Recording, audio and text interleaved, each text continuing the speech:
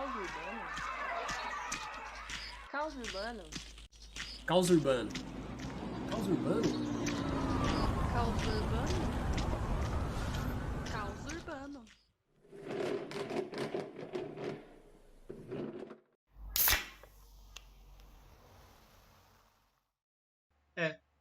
Caos urbano.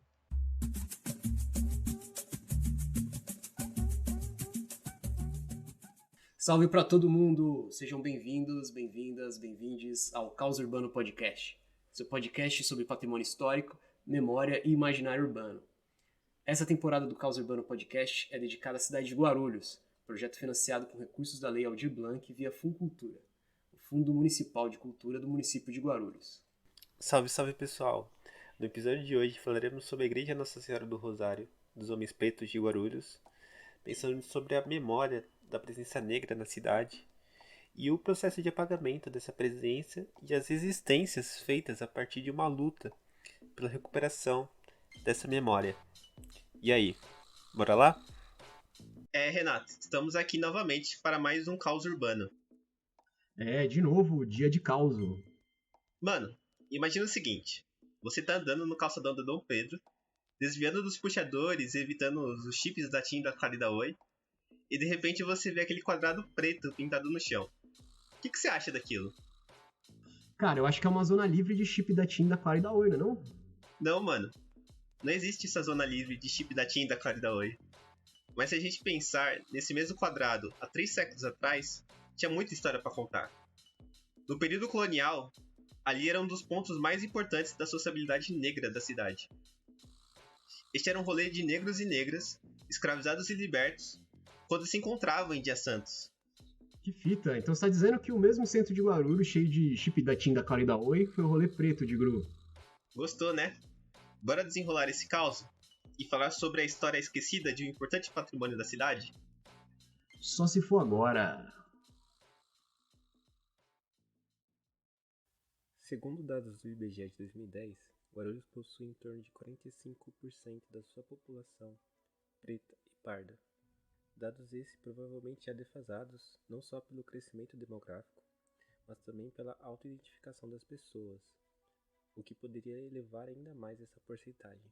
Dito isso, bastaria dizer que a cidade é quase um reflexo da realidade nacional, onde mais de 54% da população brasileira é preta e parda. Mas também, sendo assim, entender essa realidade nos leva a compreender que a cidade está inserida dentro das contradições que uma sociedade marcada pelo racismo nos oferece.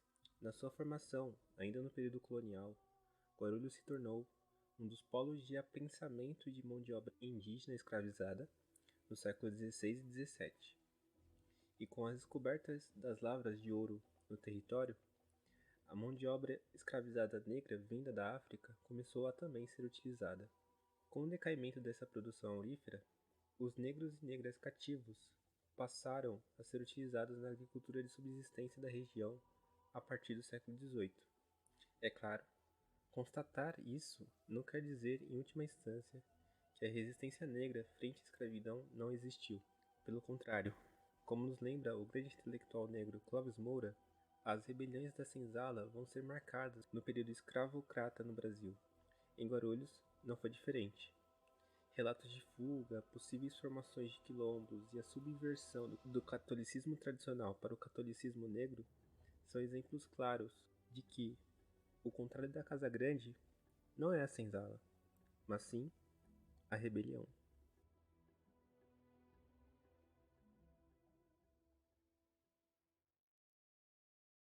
Pois é, Will, parece que agora a gente tem um convidado aqui, um convidado brabo. É verdade isso aí? Isso mesmo. Então, Edson, você não quer se apresentar pra gente aí, falar quem é você, de onde você vem? E aí, Renato, boa noite, William, tudo bem com vocês? Me chamo Edson do Carmo, sou nascido em Arujá, crescido em Guarulhos, eu me considero um guarulhense.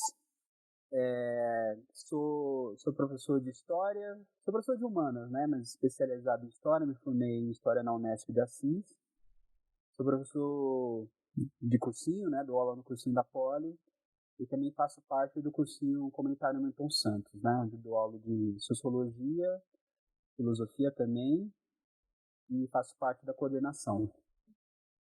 E é isso.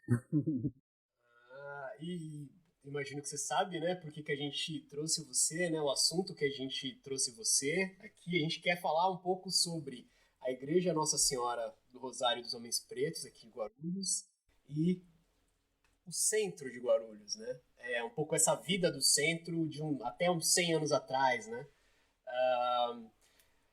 E aí a primeira pergunta que a gente quer começar esse papo é um pouco entender se há 100 anos atrás, mais ou menos, né, aquele território era um território negro, né? A igreja, ela concentrava muito da vida social desses homens e mulheres, na maioria negros e pardos, né? E hoje a gente não tem vestígios disso, né? O que você acha desse processo? O que você pode dizer sobre esse processo, né? Esse processo dessa memória que a gente não encontra, né? Vestígio dessa memória e, enfim, um pouco essa vida efervescente cultural aí dessa cidade. Então, a igreja Nossa Senhora do Rosário dos Homens Pretos, inclusive foi um dos primeiros objetos que eu me interessei em fazer pesquisa, né? Eu já me interessei por muitas coisas, né? Para fazer pesquisa para o mestrado. Mas aí eu acabei meio que a necessidade de trabalhar para subsistir e vários outros fatores acabaram me estimulando, mas a Igreja Nossa Senhora do Rosário foi o primeiro projeto em que eu me encantei, comecei a estudar bastante sobre essa irmandade, né? E fui no Arquivo Histórico de Guarulhos, encontrei alguns documentos, muitas imagens da época, né, do começo do século XX, e alguns artigos históricos sobre a cidade naquele momento.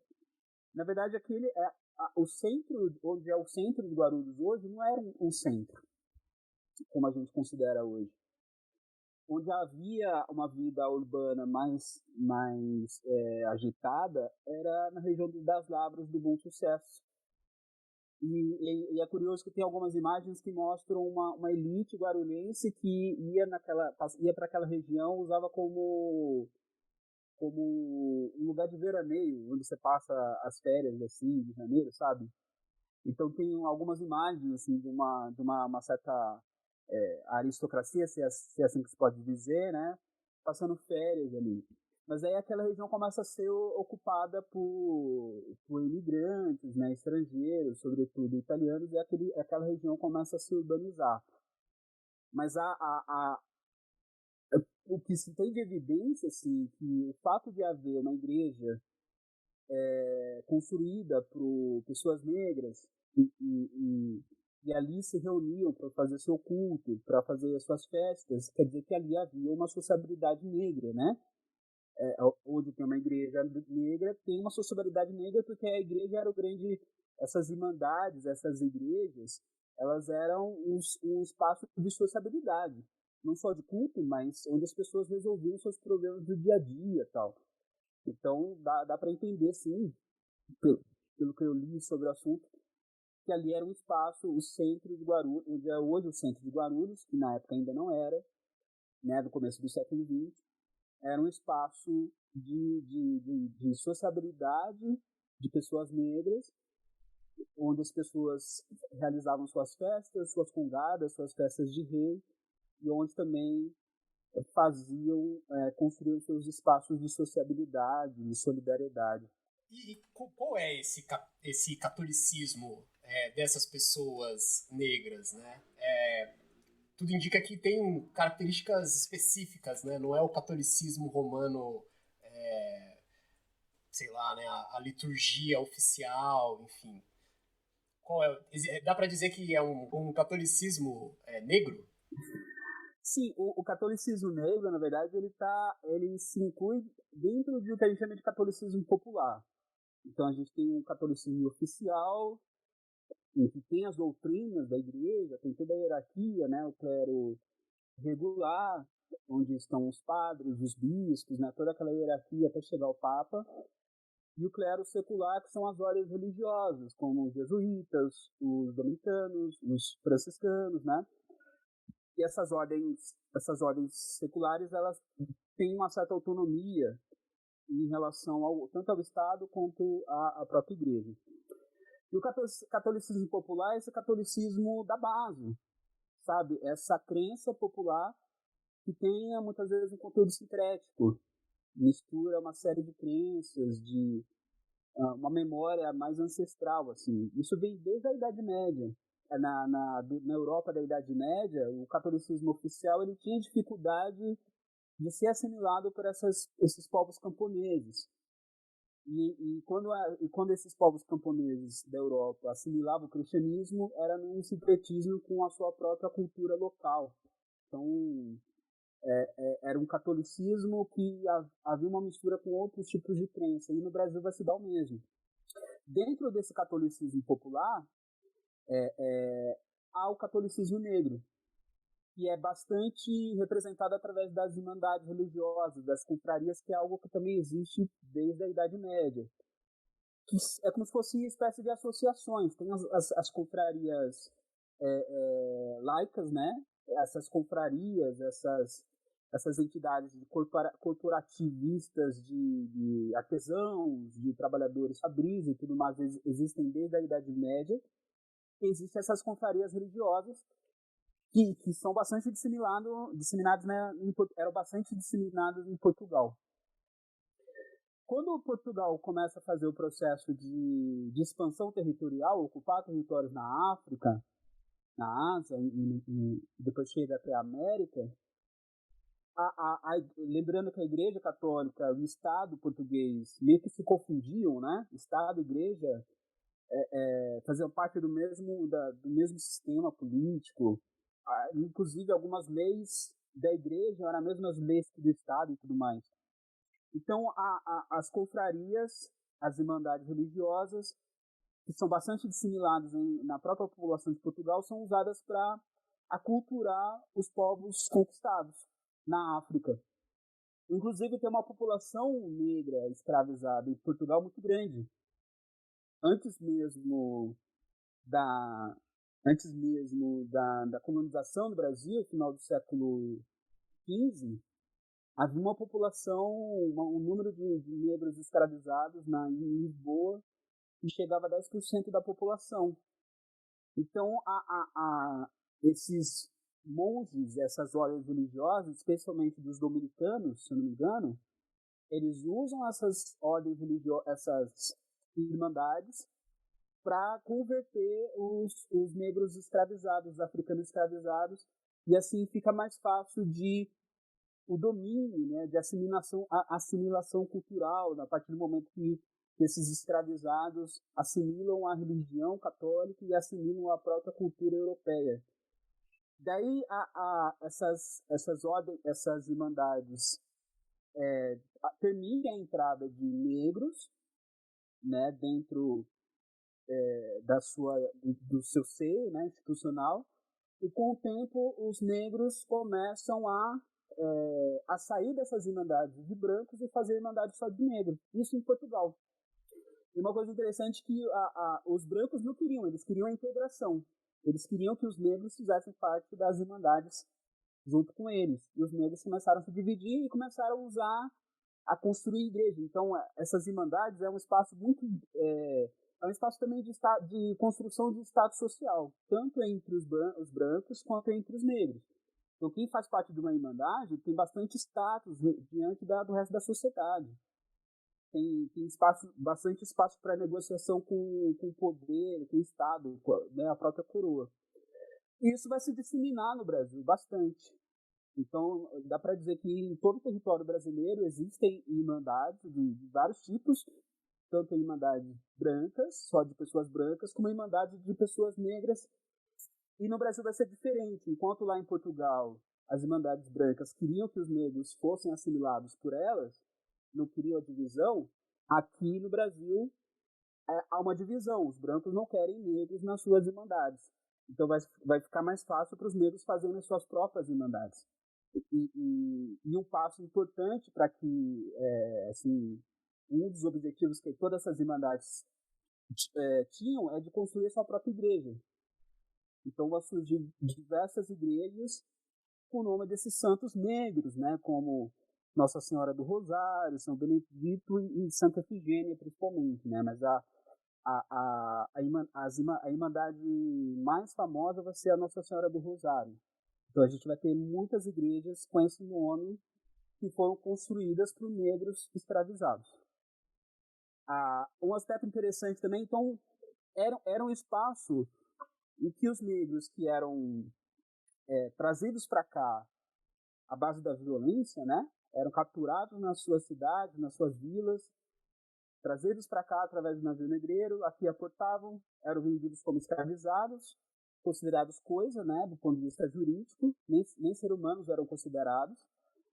E aqui as irmandades ajudavam nesse processo de assimilação da cultura. Então, é um processo importante quando você está num continente diferente, sendo escravizados, tendo que interagir naquela sociedade, tendo que sobreviver naquela sociedade. Então, as irmandades eram um espaço de construção de uma sociabilidade e de ajuda mútua.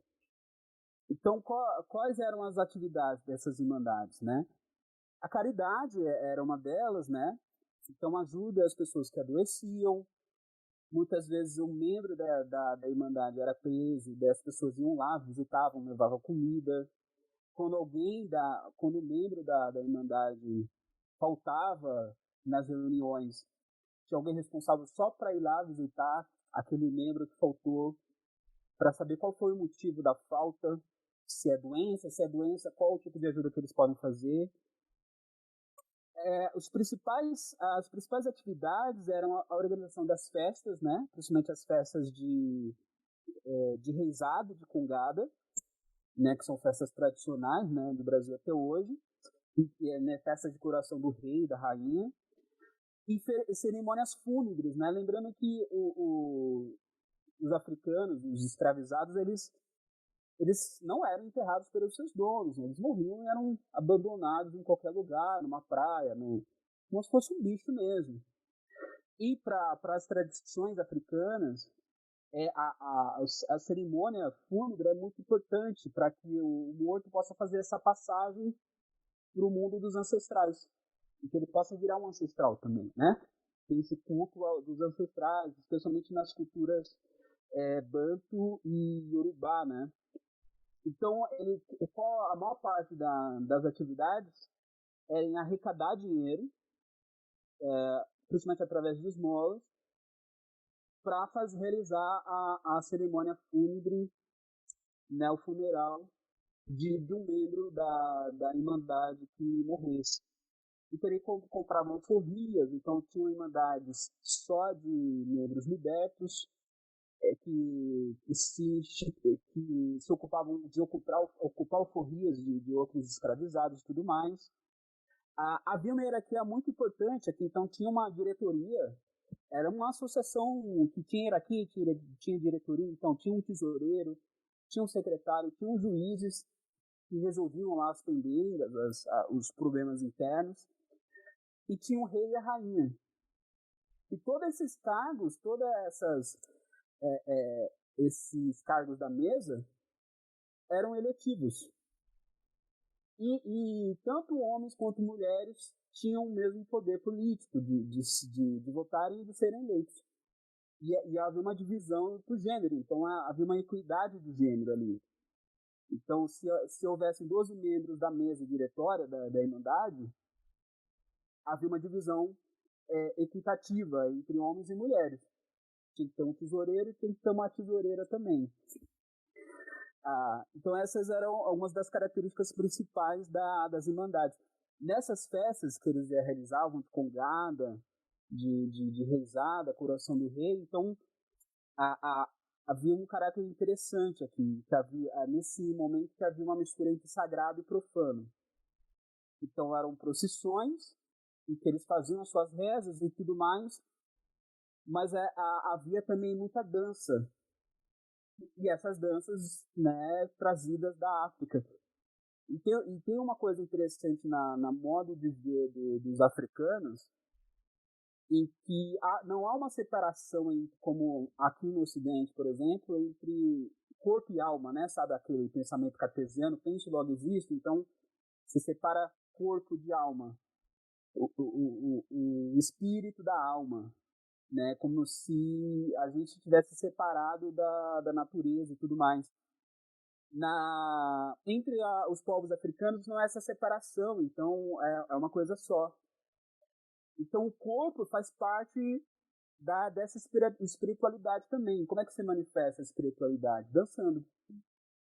Então tem vários relatos assim, inclusive tá no livro do Emile Omar, né, que escreve sobre a igreja Nossa Senhora do Rosário de Guarulhos, em que essas festas são à base de bastante dança, muitos instrumentos musicais, né, de origem africana, muita comida, né? E isso atraía a atenção de muita gente, apesar da igreja muitas vezes proibir que as pessoas fizessem parte dessas festas com risco de serem excomungadas. Enquanto a igreja lá da matriz, né, da determinada cidade estava vazia, a igreja dos pretos estava cheia porque era uma festividade completa ali, com dança, comida, com tudo. Então isso despertava a ira de muitos clérigos, né? E despertava o ódio tanto da coroa portuguesa quanto da igreja católica, né? Por conta desse sincretismo religioso. Deixa eu abrir um parênteses também, que eu acho interessante essa questão que o Edson levantou agora sobre a questão da congada e como ela era realizada aqui em Guarulhos, né? Nesse mesmo livro que o Edson citou que é um historiador aqui da cidade, ele vai descrever um relato do Padre Celestino, que é um padre conhecido aqui da cidade, né? Que dá nome, inclusive, a uma rua no centro de Guarulhos, onde ele vai fazer uma reclamação de como essa procissão da congada estava sendo realizada, né? Que a congada consiste, no final de tudo, na conversão do rei do Congo, dominado pelos portugueses, ao catolicismo. E no caso, então, a personagem principal dessa procissão seria, então, o rei de Portugal. Né? No caso histórico, seria o rei Dom João VI, Dom João II, na verdade. E só que o que acontecia, né? A procissão realizada aqui na cidade de Guarulhos acontecia de modo contrário, né? O personagem que seria o rei do Congo derrotado era um homem branco, e aquele que saía vencedor dessa procissão, né? Então dessa disputa, seria um homem negro.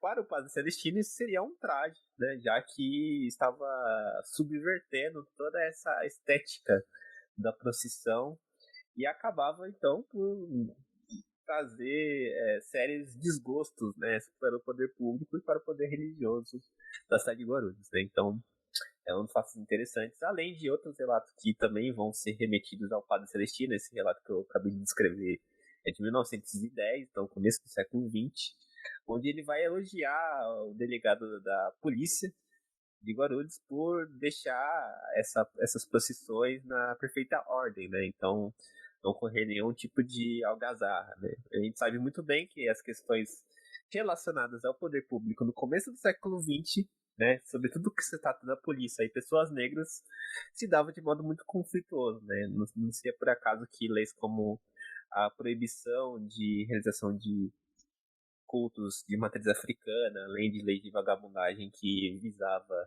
e mirava justamente pessoas pretas que não estavam inseridas ou inseridas marginalmente na sociedade naquele período.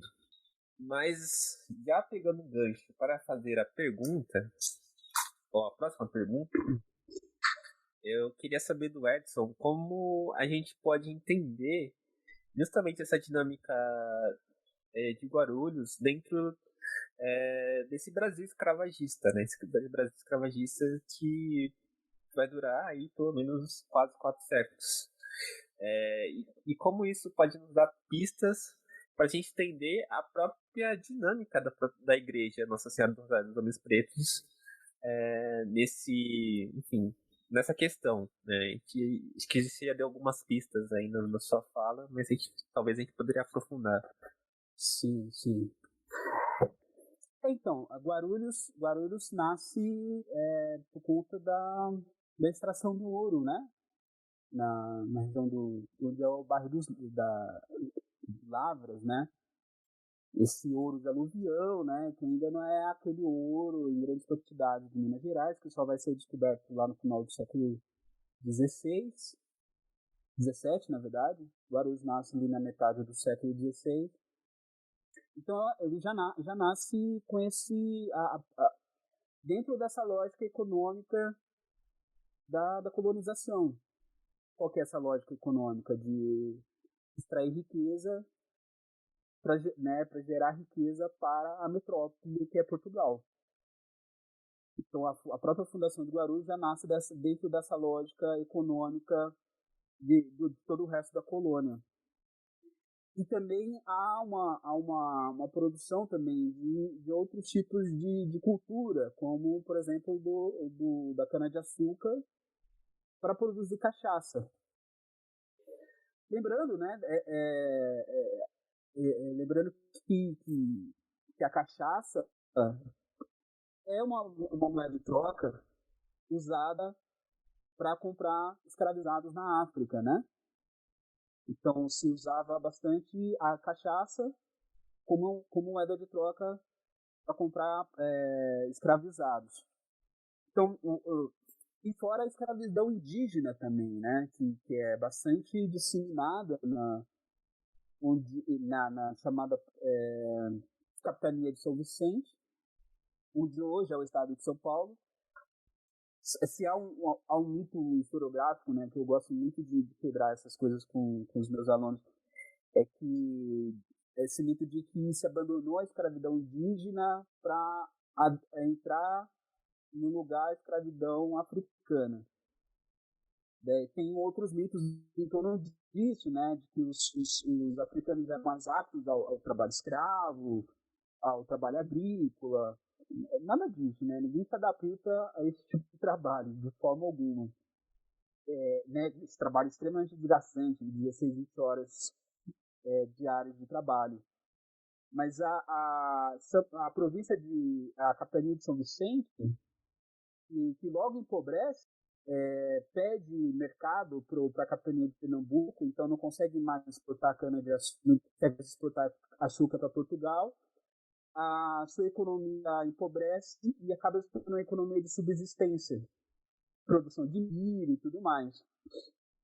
Mas, mesmo assim, sendo uma economia de subsistência, o trabalho predominante que os chamados vicentinos utilizavam era a mão de obra indígena escravizada. Então, aí vão surgir os chamados bandeirantes, né, que vão percorrer os sertões lá, o interior do Brasil, caçando indígenas para que eles pudessem trabalhar nas suas lavouras e logo eles se tornam especialistas nisso, né, em escravizar indígenas e depois se tornam especialistas em destruir rebeliões indígenas e de quilombolas. Se a gente for pensar a igreja Nossa Senhora do Rosário dentro desse contexto, a gente pode pensar no ponto de vista mais teórico, né, como do Clóvis Moura, por exemplo, em que onde há escravidão, há resistência à escravidão. E pensando nessa lógica de que a Igreja Nossa Senhora do Rosário, apesar de ser algo permitido, institucionalizado e até incentivado pelo Estado português e pela própria Igreja, ali os africanos que aqui chegavam usavam como um espaço de reorganização social e de resistência também. Então vai ter alguns momentos que eles tomam cuidado para não serem perseguidos, porque ali eles discutem também como é que eles podem protestar e como é que eles podem resistir à escravidão. Então ela surge por volta de 1750, né? No mesmo contexto que está surgindo a Igreja Nossa Senhora do Rosário, da Penha e do centro de São Paulo. Então, essa igreja em Guarulhos pode ser um exemplo claro de que havia uma mão de obra escrava significativa, porque só um grande número de escravos em espaços urbanos, né, essas igrejas são um fenômeno urbano, né, essas irmandades são um fenômeno urbano no Brasil colonial, então significa que a escravidão era um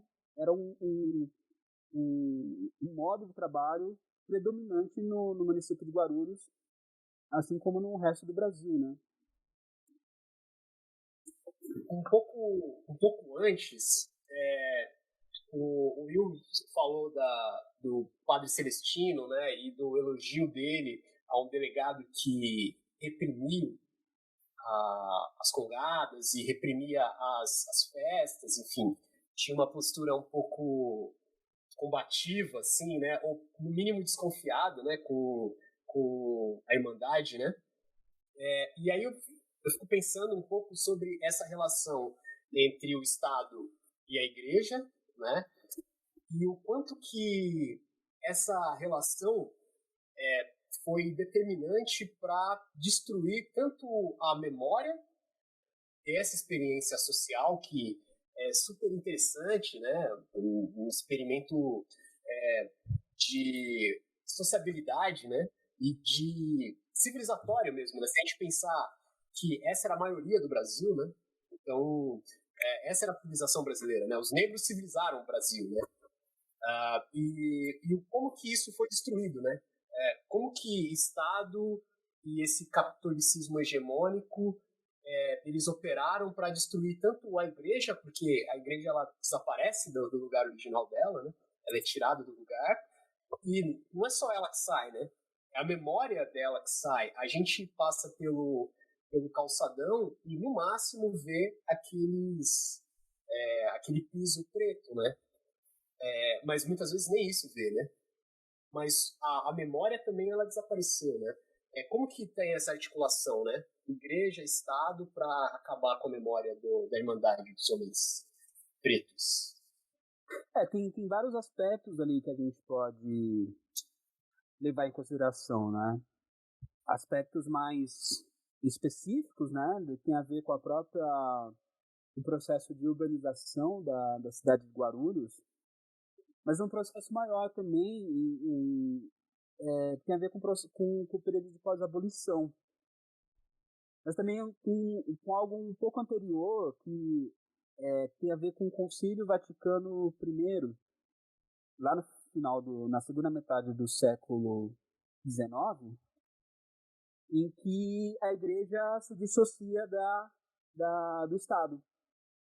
Inclusive isso é elencado, né? Quando a gente vai ler os manuais de história lá do ensino médio, isso é dado como um dos motivos para o fim, né? Para a crise do Brasil Império e a proclamação da República, né?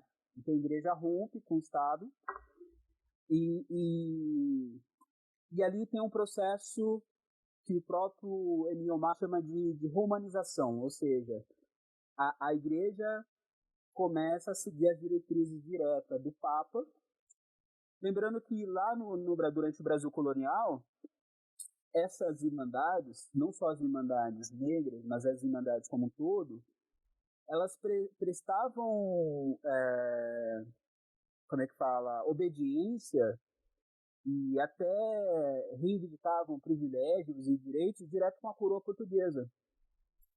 Porque o soberano, o rei português, ele tinha a autoridade de grão-mestre da Ordem de Cristo, né, o que lhe dava posição de preponderância sobre a igreja. Então, em relação a essas irmandades, essas confrarias, o rei tinha mais poder do que a própria igreja.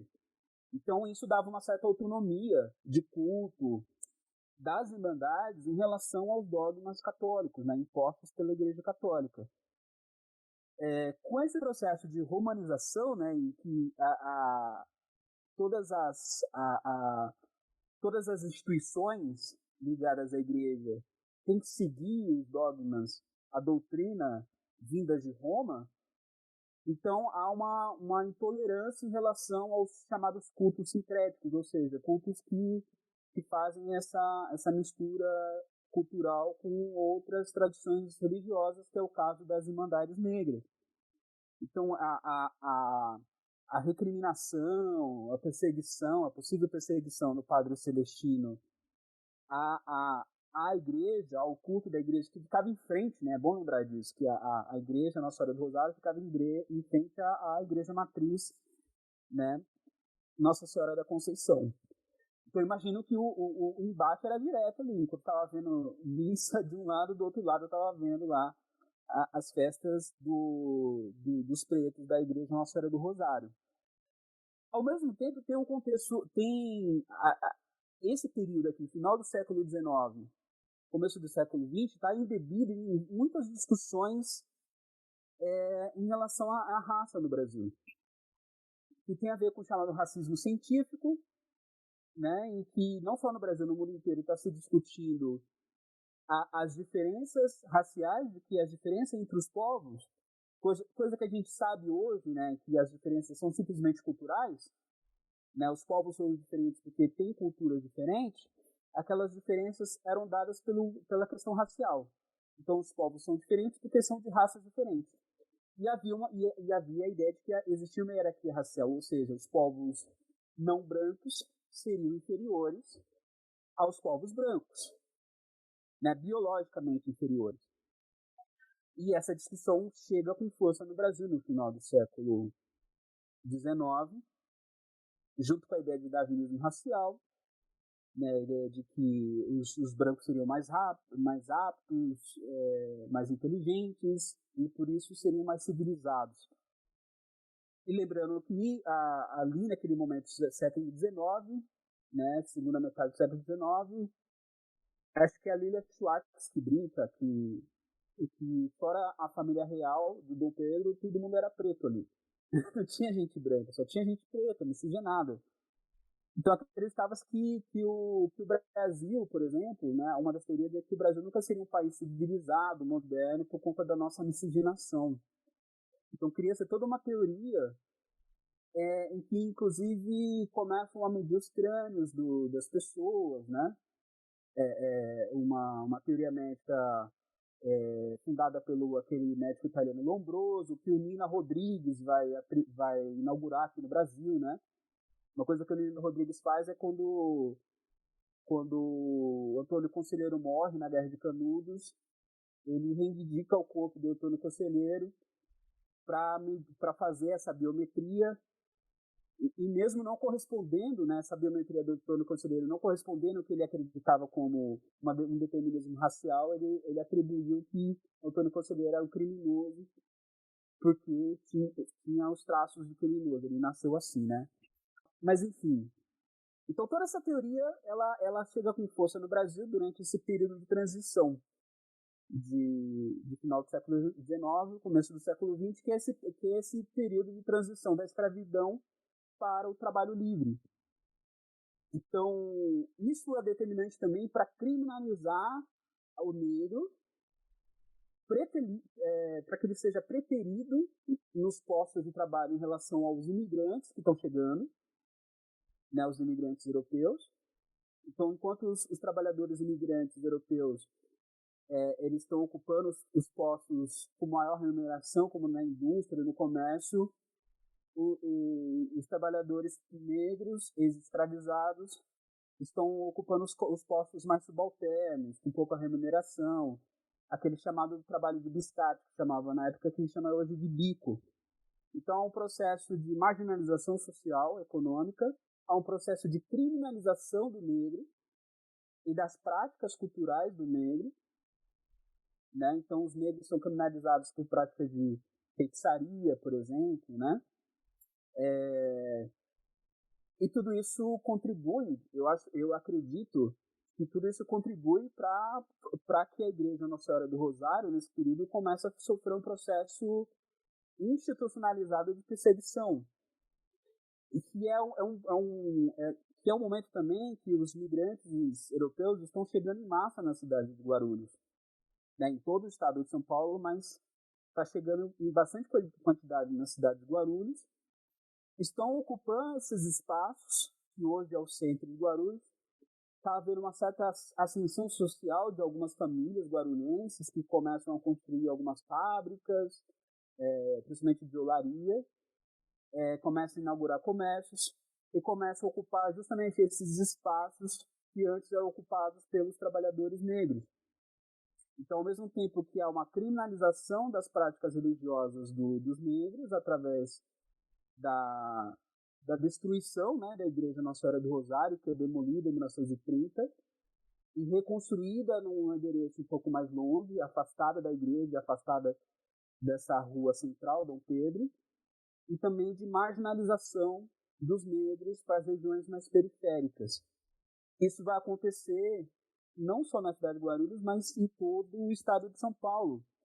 A minha ex-professora de História da África, a Lucilena de Oliveira, a tese de doutorado dela é justamente sobre isso.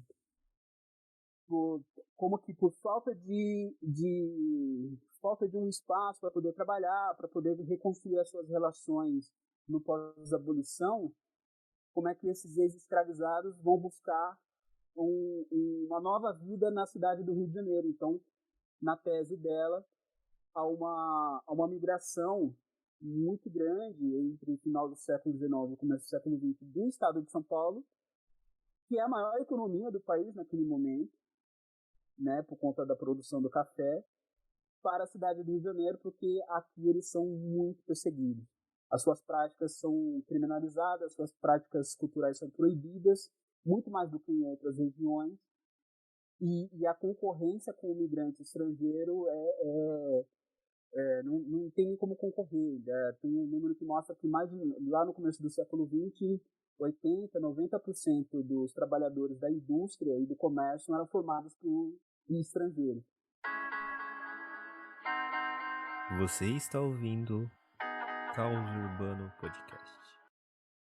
Bom, a gente discutiu até agora todo esse histórico e toda a dinâmica que a igreja vai ter com o território de Guarulhos, né? Seja nas relações sociais, seja nas relações institucionais, com o poder público, com o poder religioso. E também fez também um panorama que acho que é central de entender Guarulhos dentro dessa dinâmica de uma sociedade escravagista e dessa sociedade segregadora que foi, né, no começo do século XX, aqui no Brasil, no pós-abolição. Acho que agora um fato importante de a gente discutir é como a gente consegue perceber a Igreja Nossa Senhora do Rosário dos Homens Pretos como patrimônio e como um patrimônio que leva todas essas questões que a gente discutiu até agora, né? Que acho que não pode ser contornados. Pensando dentro da própria dinâmica de uma sociedade escravagista, pensando numa sociedade que intencionalmente buscou destruí-la, não só do ponto de vista físico, arquitetônico, mas do ponto de vista do imaginário, da memória e da sua história. Como a gente pode entender a igreja dentro dessa contradição da nossa sociedade, né? Que para mim é o que o patrimônio deve ser visto e considerado a partir dessa perspectiva. E aí, não sei se o Edson quer fazer as primeiras considerações para a gente abrir essa roda de debate. Quero sim, posso fazer. Na verdade, eu queria responder com uma coisa que sempre me incomodou, assim, mas pode parecer bobagem, acho que é bobagem, mas nesse processo de construção de identidade, né, em que quando a gente... Primeiro que nem todo negro sempre se reconhece como negro, né? Então, negros e negras muitas vezes só se reconhecem como negros na vida adulta ou na adolescência, e mesmo que se reconheçam como negros, há todo uma coisa de não querer se assumir, né? Não assumir o cabelo crespo, não, né? Um processo de embranquecimento mesmo. Quando a gente assume a nossa identidade e quer deixar o cabelo crespo, né, no caso dos homens, não raspar mais o cabelo, no caso das mulheres, não alisar mais o cabelo, e a gente começa a pesquisar sobre a história da África, começa a ouvir a música de autoria negra, né? No meu caso, na minha época de adolescência, o rap me ajudou muito nesse processo, né? Há um processo de construção de uma identidade que vem que começa tardia, né? Hoje cada vez menos, assim, porque eu acho que os jovens hoje em dia são eles têm construído a sua identidade cada vez mais cedo, porque eles têm mais acesso à informação. Eu acho que eles têm muito mais empoderamento do que eu tinha, por exemplo, na minha época de adolescente e tal. Mas quando você vê alguém que é branco, e geralmente o branco não entende a sua racialidade, né? Não se entende como indivíduo racializado. E a sua construção identitária, ela já vem desde muito cedo. Então, se alguém que vem de uma família espanhola, uma família italiana, ele já sabe desde muito cedo que seu avô aportou em Santos, em 1900 e bolinha, foi trabalhar numa lavoura de café, depois foi trabalhar em outro espaço, e as tradições culturais estão vivas ali, né? As tradições permanecem vivas, porque tem as festas da Nossa Senhora do Peroquita, não sei o que lá, essas festas continuam vivas. A mesma coisa nas tradições culturais orientais, tem o bairro da Liberdade, tem o bairro da Moca, tem os bairros ali em que esses migrantes foram se fixando e ali criaram uma tradição. Agora, quando você fala de uma memória cultural negra, o que a gente tem na cidade de São Paulo, no estado de São Paulo? Parece que ela foi desconstruída, né? Que ela foi desarticulada, tanto a memória material quanto a memória imaterial. Quais são as tradições culturais que a gente tem conhecimento na cidade de São Paulo? Quais são as regiões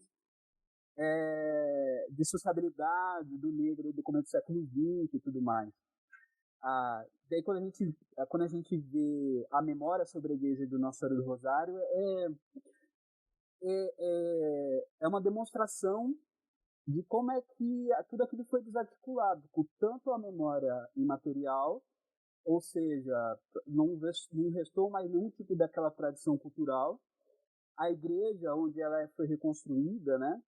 Primeiro ela foi é bom a gente entrar nesse pormenor, porque ela foi demolida no seu lugar original, onde é hoje a Rua Dom Pedro, e reconstruída mais para cima, numa permuta entre a igreja e a prefeitura. Trocaram o terreno. A prefeitura demoliu a igreja ali e foi reconstruída mais de uma década depois, onde é o endereço atual. Com outro nome, não mais a Nossa Senhora do Rosário dos Homens Pretos, mas Nossa Senhora do Rosário de Fátima.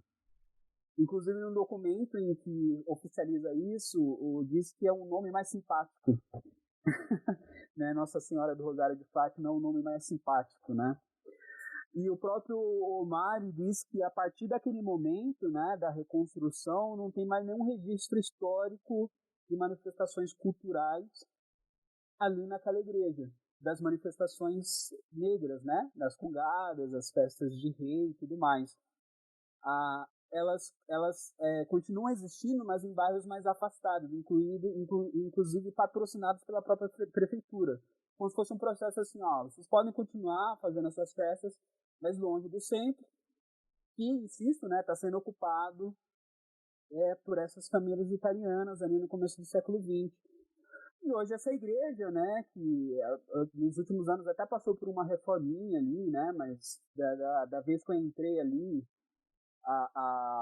na igreja, a única vez que eu entrei naquela igreja tinha a estrutura quase até prejudicada ali, né, com mofo, com infiltração, e funciona um estacionamento. Isso que é complicado, né, que é um lugar sagrado. A igreja é um lugar sagrado, mas que é profanado por um estacionamento, em que as pessoas vão ali resolver qualquer problema no centro e vão embora. Né? Não é um lugar VIP, é um lugar em que as pessoas passam por ali. Quando lá em 2007 a Rua Dom Pedro passou por um processo de reforma ali, né, para fazer o calçadão, se descobriu vestígios arqueológicos da prefeitura na época, talvez por interesses econômicos da empreiteira que estava realizando as obras, permitiu nem uma semana de investigação arqueológica e os vestígios arqueológicos da antiga igreja já estavam misturados com os restos da obra. E talvez para fazer um meia-culpa, fez pintou um borrão de preto ali, onde simboliza a igreja original. As pessoas passam por ali e nem sabem o que é aquela marca preta, não tem nenhuma plaquinha para sinalizar tal. Então, acho que isso demonstra, primeiro, um descaso que Guarulhos tem sempre teve com patrimônio material, né? Não existe uma memória material em Guarulhos, ela vem sendo degradada e destruída, inclusive, em nome de um certo desenvolvimento econômico. E acho que isso demonstra como é que a cultura negra em Guarulhos, no estado de São Paulo, especificamente em Guarulhos, ela sofreu um processo deliberado de apagamento, né, de desarticulação. Então, são tradições culturais que foram deliberadamente desarticuladas e tem como um conteúdo, tem como um contexto por trás toda esse ambiente de marginalização dos negros, dos ex-escravos e de criminalização também, né, das suas práticas culturais. A relação entre a cidade, né, e o interesse econômico na cidade e a questão da memória, né, em especial da memória negra, né. Fico pensando, né, sendo um guarulhense, né, sendo um guarulhense negro, quanto tempo levou para saber que ali tinha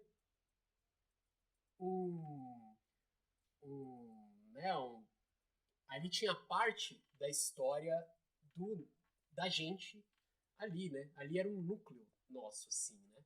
E o quanto que essa retirada, né? É engraçado que nós somos negros da periferia, né? Essa retirada do centro, né? O quanto que esse corpo que... Não, o que eu quero dizer que o quanto que o capital, ele tá no centro disso tudo, né? Primeiro, em ter comercializado um corpo, né? Uma alma. Né? Quando a gente pensa, né?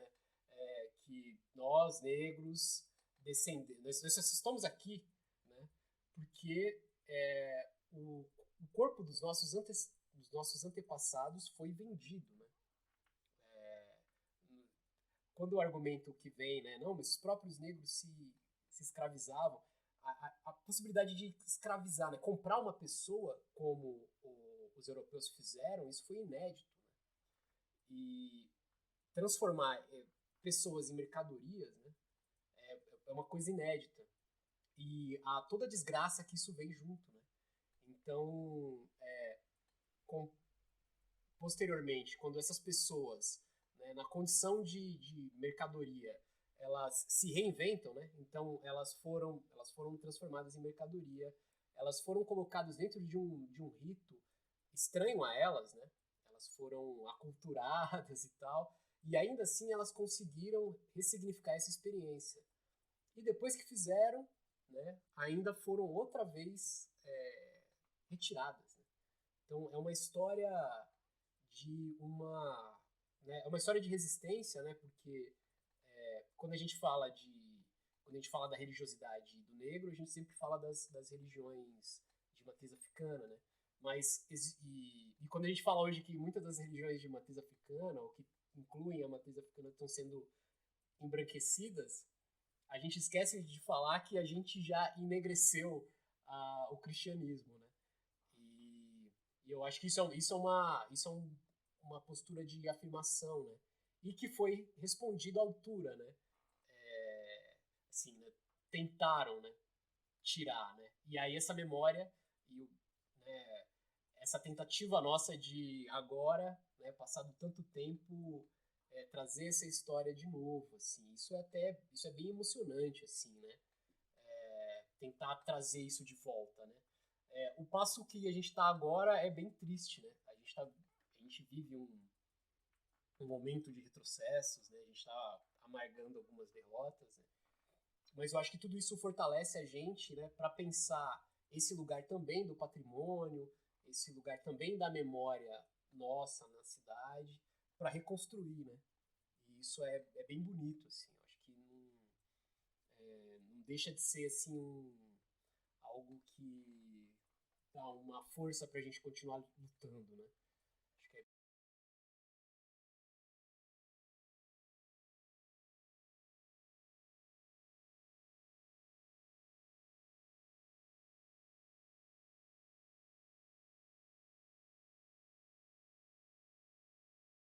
Pô, agora na fala de vocês, isso me levantou várias questões.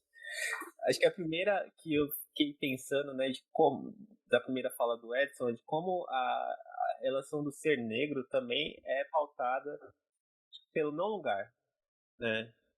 Então, quando o processo de racialização, né, que a gente tem como oriundo da questão do próprio racismo, é de demarcar aqueles que vão, de alguma forma, existir plenamente, no sentido, inclusive, total da sua vida, né? Não sendo interditado por diversas maneiras, seja interditado na sua vida de modo direto, ou interditado de acesso, interditado no acesso à cidade, interditado no seu próprio processo de memória e reconhecimento de si mesmo, né? É uma parada bem filosófica, né? Mas isso se expressa, inclusive, no modo com que a nossa memória se articula com os espaços que a gente convive. Então, para todo guarulhense, né, essa experiência de ir ao centro de Guarulhos é uma experiência que é tocada, de certo modo, a partir de uma questão econômica, pura e simplesmente. Né? A gente vai para o centro de Guarulhos para resolver as nossas questões com um banco que fica longe da nossa quebrada. A gente vai para o centro de Guarulhos comprar algum artigo de investimento, de calçado, que geralmente a gente vai no final do ano, né? Ou a gente vai para o centro de Guarulhos trabalhar. Ou estudar. Ou estudar também, né? E geralmente num lugar de bem serviço, né? Então, trabalhar na loja que vende roupa, trabalhar puxando o cara pra colar na nossa loja pra gente ganhar algum tipo de comissão. E isso, claro, denota, claro, uma experiência de uma pessoa que vem da periferia, não exatamente uma pessoa negra, mas ao ser levado ao centro, justamente para essa questão puramente simplesmente econômica, a questão da memória afetiva, que nos leva a diversas questões como acesso à cultura, acesso ao lazer, não está ali posta. E o processo que a gente discutiu nesse episódio sobre a Igreja Nossa Senhora do Rosário é um processo claramente desagregador da nossa identidade. Primeiro, enquanto guarulhense, e segundo, como pessoa negra, né, que é desagregado de diversas formas possíveis. Agora, levando essa questão do catolicismo negro, agora eu me lembrei de uma viagem que eu fiz na faculdade, né, uma disciplina que eu fui fazer justamente sobre essa questão de falar sobre a história dos africanos afrodescendentes. Eu tive a oportunidade de colar num quilombo no Vale do Ribeira. Fiquei lá por 3 dias, num quilombo que fica no limite de São Paulo e Paraná. E justamente esse quilombo, né, que a gente também tem uma ideia, às vezes, não sei se como idílica, sobre o que é um quilombo, né, toda aquela formação que talvez remeta inclusive a Palmares, né, um quilombo que mantém as suas raízes africanas. Na verdade, não era bem isso que a gente encontrou lá, né, é um quilombo que está inserido numa urbanidade ali, enfim, na região, né, afastado da grande cidade, mas que ele remete, por exemplo, a essa questão do catolicismo negro. Tem uma capelinha justamente no meio do quilombo, né, que eles realizam sua procissão. E o fato interessante é o seguinte, né? Existe um padre que pode fazer a procissão, mas não necessariamente você precisa desse mediador litúrgico para que isso se realize, né? O ente mais velho ali do quilombo podia realizar, né, a sessão, né, litúrgicas sem precisar de um mediador. Né? E isso está incrustado na própria identidade que o quilombo tem ali da região. Né? É um quilombo, inclusive, que foi reconhecido como quilombo muito tardiamente. Né? Ele é reconhecido, inclusive, como um quilombo estadualmente, mas no plano federal ainda não é, tá no processo ainda. Uhum. Mas antes praticamente do que nunca mente, né? Porque tem vários que... É difícil quando você não é, né? E justamente quando se tem vários interesses econômicos aí rodando, né, aquele território, como também há. Will, você me fez pensar em outras questões também, assim, essa questão das autonomias das irmandades, assim, eram regras, né? Porque o padre, na verdade, ele era quase desnecessário na rotina das irmandades, né? Desde lá do período colonial. Então ele era necessário ali quando tinha que resolver alguma pendenga em que só o padre resolvia, né? Alguma questão que só o padre poderia resolver, ou para rezar a missa mesmo. Então ele quase não tinha função, até porque havia em certas localidades havia até uma escassez de padres, né? Uhum. E então essas irmandades tinham uma autonomia quase total. Elas tinham seu próprio patrimônio, elas geriam essa riqueza. Era tudo muito bem regrado, assim. Então o cofre com o dinheiro tinha 3 chaves e cada um ficava com um membro diferente. O cofre era aberto na frente de todos os membros. Eram cargos eletivos, então era um processo de total autonomia, quase total autonomia. Mas você me fez pensar, teve uma vez, no ano retrasado, eu trombei com uma ex-aluna, que dei aula uma vez numa escola particular de Guarulhos, dei aula de substituição de uma professora de geografia que estava com a perna quebrada, e trombei com ela no ônibus, ela lembrou de mim, eu lembrei dela com um certo esforço, e aí ela era uma menina, mora no bairro de Soberana, deve ter agora com uns 20 e poucos anos, tal. Até menos, eu acho. E ela é rapper e poeta, né?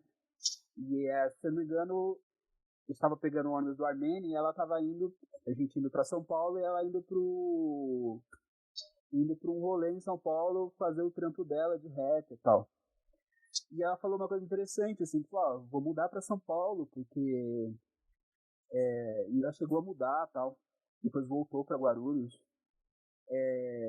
Falou, não tem como eu trabalhar a minha arte em Guarulhos, não tem espaço. Então, é um jovem que até mesmo para trabalhar está tendo dificuldade de trabalhar na própria cidade, tem que buscar outros espaços, buscar São Paulo, outras regiões até para trabalhar.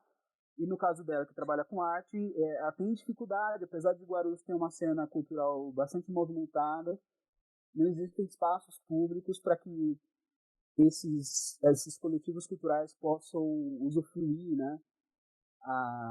E a atual gestão, em vez de transformar esses espaços públicos em centros de encontros, de manifestações culturais, transforma em sedes da Guarda Civil e que mais tarde vai servir para reprimir esses jovens, né? Em algum momento ali de descontentamento por conta de alguma política pública ruim, né?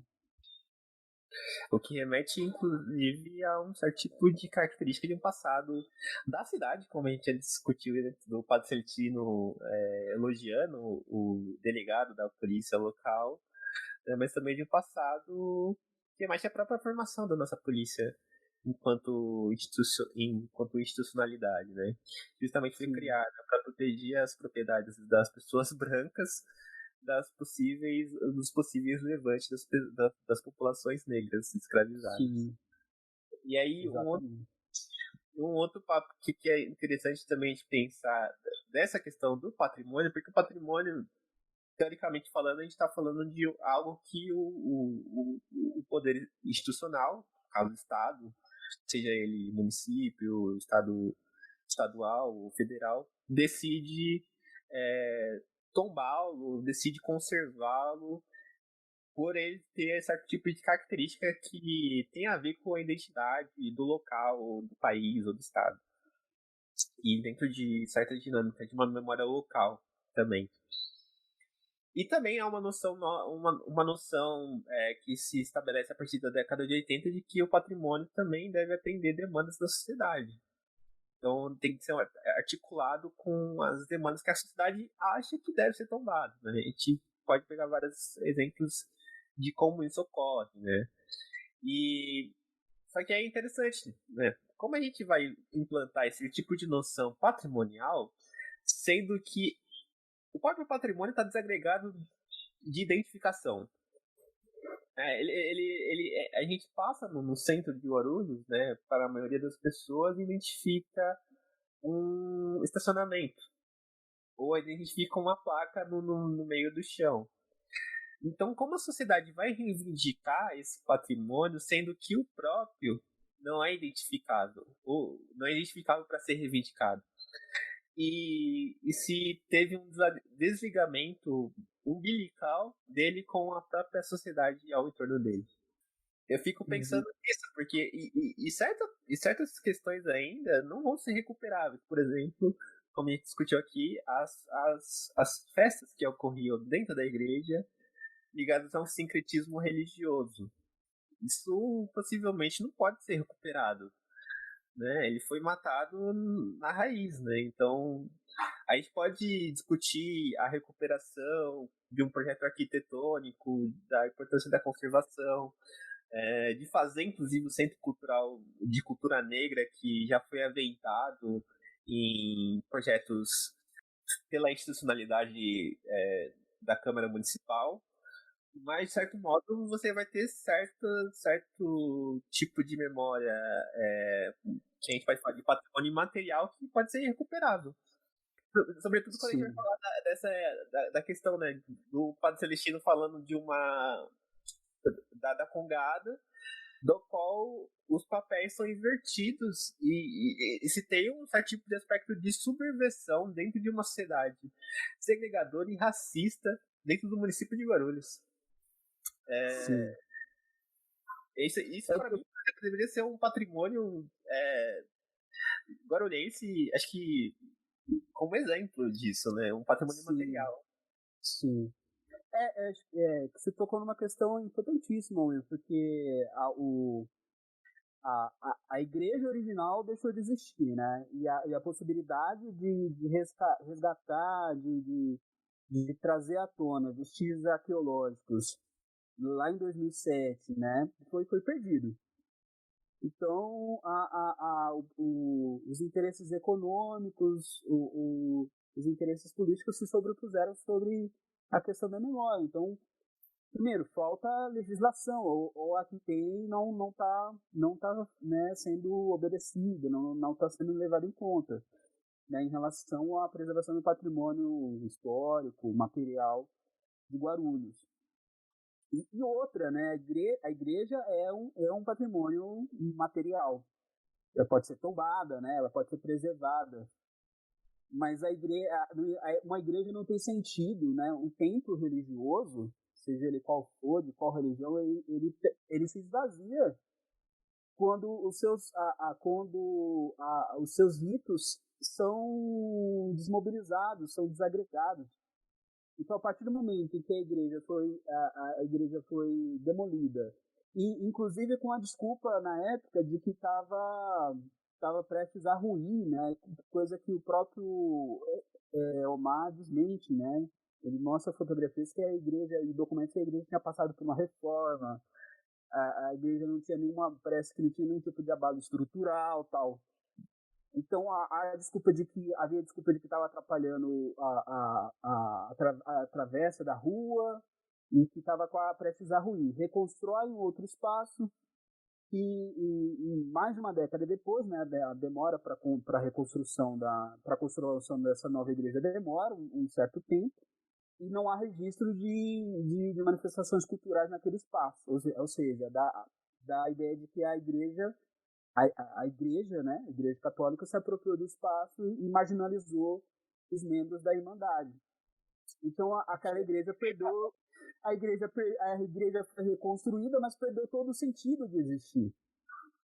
Então, mesmo que, por exemplo, a manifestações católicas negras da cidade, do município, queiram reconstruir ritos ali, fazer uma missa afro, fazer festas no entorno, é só uma tentativa de reconstruir algo que foi perdido, porque os personagens que dali participavam e ali construíam uma associação que não era só de culto, mas de ajuda mútua, de solidariedade e de resistência mesmo. Imagine, a gente pode tentar imaginar o que era a igreja para aqueles negros que moravam naquela região ou que frequentavam aquele espaço num contexto histórico em que eles estão sendo marginalizados, eles estão sendo criminalizados pela polícia, pelo padre da igreja vizinha, pela prefeitura e pelos brancos que estão ali ocupando aquele espaço. Imaginem como é que aquele poderia ter sido um foco de resistência que foi desarticulado e, claro, se a igreja não é mais ocupada, o rito morre, as cerimônias morrem, e por isso que ela não existe mais hoje, e é por isso que ela se transforma talvez por isso que ela se transformou no estacionamento, porque não é mais ocupada por cerimônias religiosas. Vou me ocupar por alguma coisa ali. E alguma coisa que dê dinheiro e que faça sentido para a lógica do centro, né? Mas é também porque, né, em grande parte porque a igreja é da igreja, né? E a igreja tem os interesses dela, né? Porque se o Estado vai lá e tomba, né, torna a igreja patrimônio e coloca, agora vocês não podem fazer isso, agora vocês não podem fazer ali, né? Porque eles ganham uma grana com estacionamento, né? Então, assim, tem uma coisa assim, tipo, é um patrimônio da igreja, né? Então, aquela galera da igreja tem um interesse particular, né? Então, Sim, mas a gente pode fazer o caminho de tentar entender que ali a igreja se tornou, o espaço da igreja, parte da igreja se tornou um estacionamento, porque se tornou um espaço desocupado. Porque se ele tivesse sido ocupado desde sempre, haveria uma resistência, ou não faria nem sentido de transformar no estacionamento. Você transforma... O que a gente transforma em estacionamento? Terreno vazio, terreno que não é ocupado por outra coisa. Você não transforma numa lanchonete no estacionamento, por exemplo. Você não transforma um cinema ativo, um cinema que tem pessoas ali todo final de semana, no estacionamento. Você transforma espaços vazios no estacionamento, né? Porque o estacionamento é algo que não é o primeiro patrimônio guarulhense que se torna um estacionamento, né? A Casa Saraceni, né? Era um bem tombado, foi destombado para se tornar um estacionamento, né? E por quê, né? Uma possibilidade é porque é um tipo de terreno que é muito lucrativo. Você não precisa fazer investimento nenhum. Você só precisa colocar uma cerquinha, cobrar. Então, e em determinado espaço vai ter demanda, né? Então, isso prova um pouco de uma mentalidade muito pequena, muito rasteira de quem faz isso, óbvio, né? Tá pensando só no dinheiro, e isso é algo muito triste, né? Mas é algo que dentro da lógica do capital e da cidade dormitório, que é Guarulhos, né? É algo bem coerente, né? Algo bem explicável, né? Queria agradecer muito a você, Edson, assim, tudo que você compartilhou com a gente. É um papo, assim, que daria horas e horas de podcasts e de cervejas e de Campares e de tudo mais. Foi muito bom. E, assim, a gente faz isso publicamente, né? Você já está convidado para muitos e muitos outros episódios. Afinal, a gente gosta muito de você e quer você por perto. Então, muito obrigado. Até a próxima, hein? Pô, valeu, Renato. Valeu, Will, pelo convite, pela proposta. Que é um tema que eu já me apaixonei bastante, assim, né? Eu acabei, né? O tema da igreja, Nossa Senhora do Rosário, em Guarulhos. Acabei abandonando um pouco, mas me deu vontade de retomar a pesquisar o assunto. Porque é um tema que é pouco estudado, né? Que é o pós-abolição, né? A gente discute muito a escravidão e o pós-abolição ainda tem poucas pesquisas. Então, também está se dedicando a esse período, assim. Obrigado pelo convite, estou à disposição para outros episódios, outras conversas sobre história, sobre qualquer coisa que vocês quiserem. Então é isso. Então, para os ouvintes, fiquem ligados nos próximos episódios.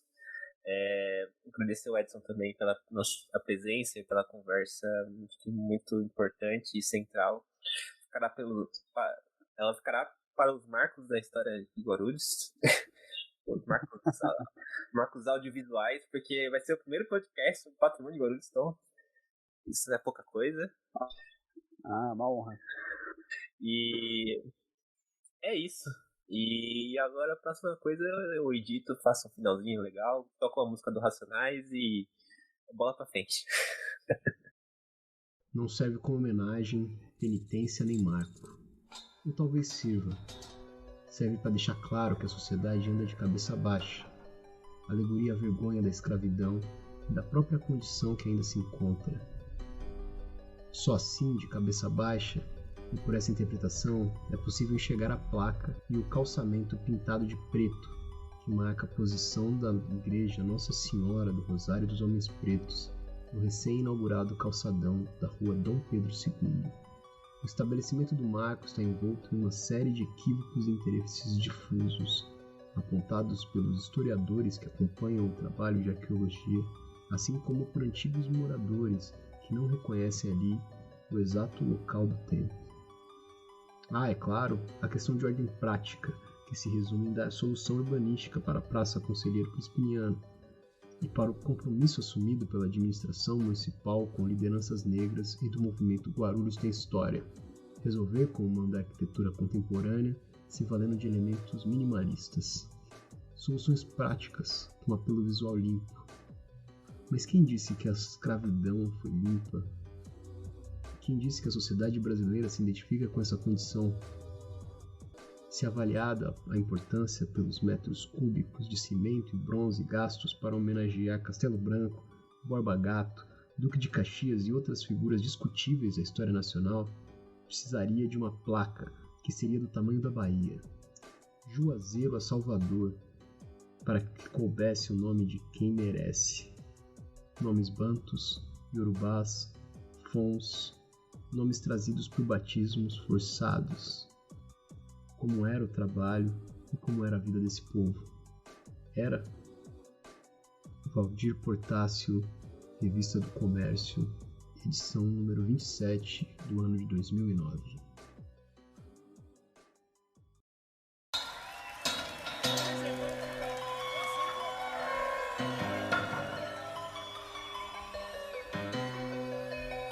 Tem que acreditar. Desde cedo a mãe da gente fala assim: filho, por você ser preto, você tem que ser 2 vezes melhor.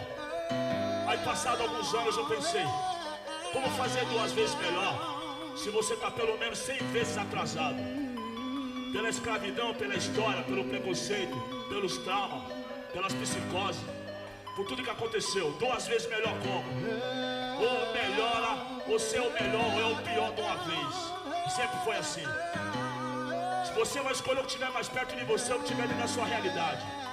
Você vai ser 2 vezes melhor como? Quem inventou isso aí? Quem foi o pilantra que inventou isso aí? Acorda pra vida, rapaz.